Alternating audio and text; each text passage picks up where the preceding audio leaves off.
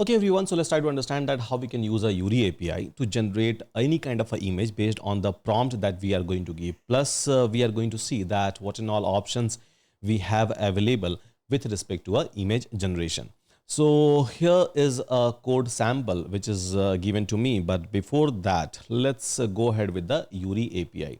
Now here, so inside a EURI API, so when you will come to a endpoint, you will be able to see that there is an endpoint called as generate image. So here, so API uron.1/API v1 EURI image generation. Now, if you are going to click over here, you will be able to see a curl option. So with the help of curl, you will be able to generate the image. But yeah, so same thing you can try to use even with respect to a Python, so that you can request and then as a response, you all will be able to get the image option.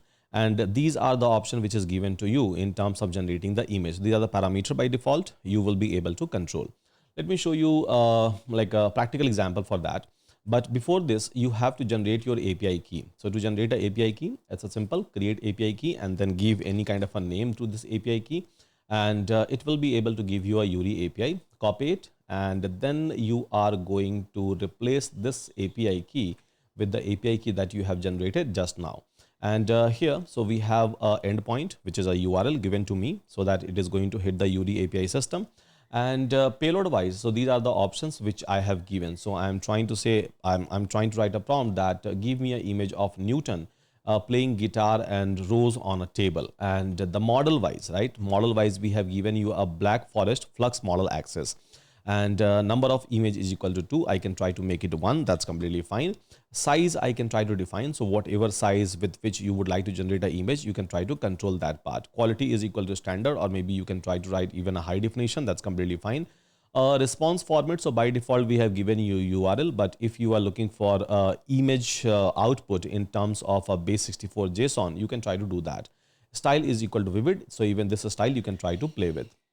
And once this payload will go inside this particular URL with the header, means with the authorization, it is going to generate an image for you within a fraction of seconds. So let me execute this particular part. And yeah, so this is the URL which I'm able to receive. And if you will go and check this URL, here is an image that I'm able to generate. Now let me execute it once again. You can change the prompt. You can try to give as detailed prompt as possible. And again, so I have executed this, and here is another image which I'm able to generate, right? So here is another image which I'm able to generate.